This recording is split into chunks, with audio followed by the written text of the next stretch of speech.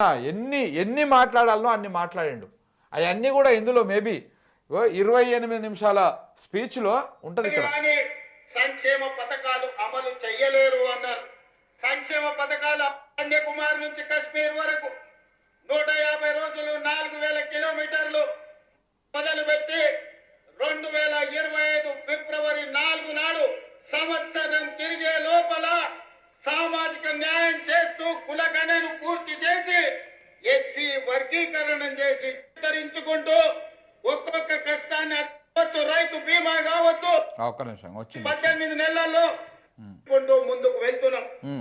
మిత్రులారా, తెలంగాణ సమాజంలో 70% రైతాంగం 70% రైతాంగం కోసం ఈ 18 నెలల్లో రైతు భరోసా కావచ్చు, రైతు బీమా కావచ్చు, లేకపోతే గిట్టుబాటు ధర కావచ్చు, రైతు రుణమాఫీ కావచ్చు, ఈ రోజు రైతులకు సంబంధించిన సంక్షేమ పథకాలలో సన్న వడ్లకు 500 రూపాయల బోనస్ కావచ్చు, 18 నెలల్లో ఈ దేశంకే ఆదర్శంగా నిలబడే విధంగా రైతాంగానికి 1,04,000 కోట్ల రూపాయలు ఖర్చు పెట్టి ఈ దేశంలో రైతులను ఆత్మగౌరవంతో నిలబడే విధంగా 25,55,964 మంది రైతులకు 21,000 కోట్ల రూపాయల రైతు రుణమాఫీ చేసి రైతులకు అప్పు రుణ విముక్తిని చేసిన పార్టీ ప్రభుత్వం కాంగ్రెస్ పార్టీ, తెలంగాణ ప్రభుత్వం అని ఈ వేదిక మీద నుంచి నేను గర్వంగా చెప్పదలుచుకున్న మిత్రులారా. ఆనాడు సో ఏమంటున్నాడు, రైతులను మొత్తం రాజుని చేసేసిన, ఇక రైతులకు రుణ విముక్తి అయిపోయిందని చెప్తా ఉన్నాడు. వీళ్ళు ఎంత జూటా మాటలు చెప్పారంటే రైతు రుణమాఫీ విషయంలోనే చెప్తాను నేను. కేవలం రుణమాఫీ విషయంలోనే 41,000 కోట్ల రూపాయలు తోటి మేము రుణమాఫీ చేస్తామని చెప్పేసి ఫస్ట్ చెప్పారు. తర్వాత క్యాబినెట్లో 31,000 కోట్లు కావాలి అని చెప్పేసి క్యాబినెట్లో చెప్పారు. దాని తర్వాత 21,000 కోట్లని ఇప్పుడు ప్రచారం చేసుకుంటున్నారు. వాస్తవానికి అయ్యింది 18,000 కోట్లు. ఇది ప్రభుత్వానికి కూడా తెలుసు. కేవలం రైతులకు చేసినటువంటి రుణమాఫీ మొత్తం కలిపితే 18,000 కోట్లే వీళ్ళు చేసింది. ఇప్పుడు ప్రచారం ఏమో 21,000 కోట్లు అని చెప్పుకుంటున్నారు. ఎవడు అడగబోయిండు లెక్కలు? అడిగితే ఉనికని ఇస్తాడా ఈ లెక్కలు? వీళ్ళు ఎంత అయిందో ఒక లెక్కలు ఇవ్వండి అంటే ఎవరికి ఏ లెక్కలు ఇయ్యరు. ఇది రేవంత్ రెడ్డి సర్కార్ ఘనకార్యం, గొప్పతనం అది.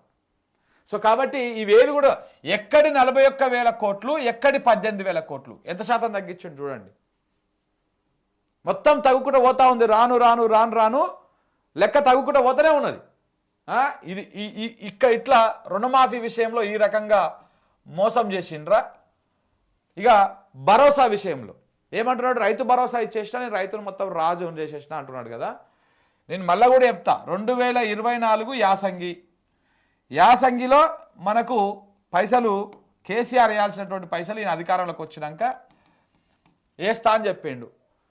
ఎందుకంటే మేలో ఎన్నికలు ఉన్నాయి కాబట్టి ఈ యాసంగి పైసలు సగానికి సగం మందికి రాలేదు. ఒకటి వచ్చిన వాళ్ళకు కూడా ఒక 3 నెలల పాటు అదేదో పిల్లికి బిచ్చం వేసినట్టు అప్పుడు కొంత వేసుకుంటూ అది వచ్చినట్టు కాదు, పోయినట్టు కాదు, అది పెద్దగా కన్సిడర్ లేకుండా అయిపోయింది. సో ఈ రకంగా యాసంగిని మమ్మ అనిపించేసి ఎన్నికల ఓట్ల కోసం, ఎంపీ ఓట్ల కోసం గదొక్కటి అట్ట చేసిండు.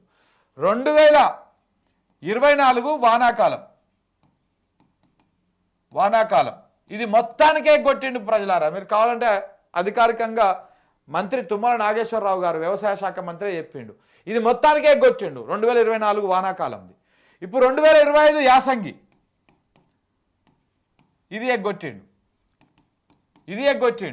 ఇది కూడా రాలే పూర్తి స్థాయిలో ఎవరికి.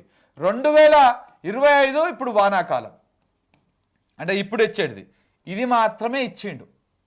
ఇది మాత్రం అంటే నువ్వు అధికారంలోకి వచ్చినాక 3 విడతల కింద ఇవ్వాల్సినటువంటి పైసలు ఎగ్గొట్టినవు. ఇప్పుడు ఈసారి ఏం చెప్పినావు, 9 రోజులలో 9,000 కోట్లు అన్నావు. ఈసారి వాస్తవానికి ఇచ్చావు 9,000 కోట్లు. దాంట్లో ఏం తప్పు లేదు, అబద్ధం ఏం కాదు.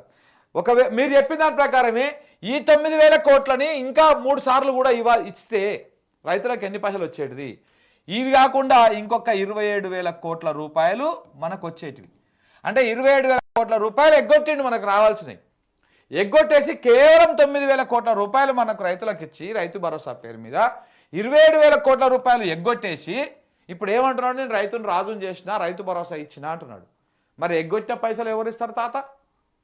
ఈ పైసలన్నీ ఎవరిస్తారు? ఎవరి జేబులోకి పోయినాయి ఈ పైసలన్నీ? ఎవరి గల్ల పెట్టెలు నిన్నాయి? 1,00,000 కోట్లు రైతులకు వంచిన అంటున్నాడు. పేరుకు మాత్రం రైతులది, దొబ్బు తినేది మొత్తం మీరే. మీ మంత్రులు, మీ ప్రభుత్వము, మీ కాంగ్రెస్ నాయకులు వాటాల వారీగా, పర్సంటేజీల వారీగా మీరే తింటా ఉన్నారు. ఎక్కడ పోయినాయి మరి ఇవన్నీ? అక్కడ 41,000 కోట్లతో రుణమాఫీ చేస్తా అని చెప్పి అధికారంలోకి వచ్చినాక మా కడుపు నోరు కట్టుకుంటే మేము 41,000 కోట్లతో సంవత్సరం తిరిగే లోపల రుణమాఫీ చేస్తామని చెప్పినావు. అక్కడి నుంచి 18,000 కోట్లకు వచ్చినావు. ఎక్కడ 41,000 కోట్లు, ఎక్కడ 18,000 కోట్లు? అది అయిపోయింది. ఇక్కడ ఒక్కసారి రైతు భరోసా పూర్తి స్థాయిలో ఇచ్చి 3 సార్లు ఇవ్వాల్సినటువంటి 27,000 కోట్లు ఎగ్గొట్టినావు.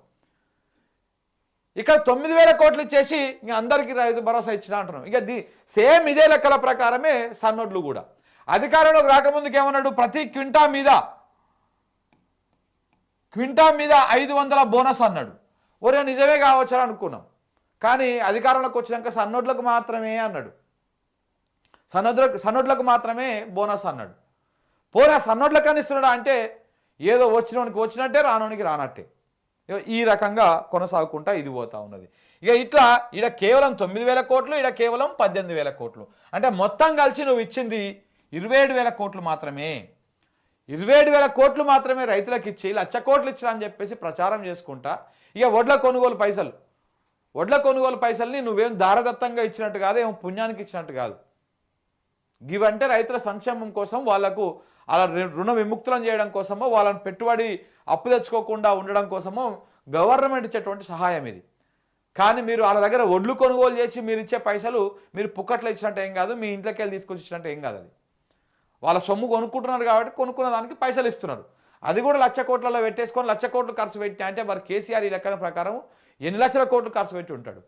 2018 నుంచి ఇప్పటిదాకా, మొన్న 2023 వానాకాలం దాకా ఆయన ఎన్ని వేసుకొచ్చిండు? దాదాపు 60,000 కోట్ల ఏమో రైతు బంధు పేరు మీద పంచిండు. ఎన్నడన్నా ఇట్లా ప్రచారాలు చేసుకున్నారా వాళ్ళు?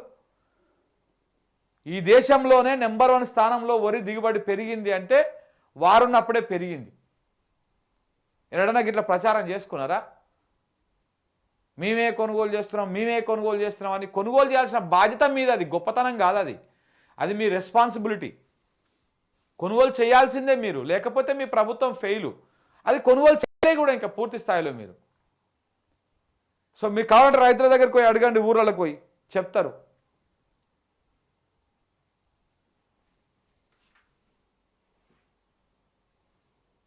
ఇట్లా అన్ని నోరు తెరిస్తే అబద్ధాలు చెప్పుకుంటా పోయిండు. ఈ రకంగా రైతులను మోసం చేసి మళ్ళీ మేము 100 సీట్లకు తగ్గకుండా వస్తాం అధికారంలోకి అని చెప్పేసి చెప్తా ఉన్నాడు. సో ఇది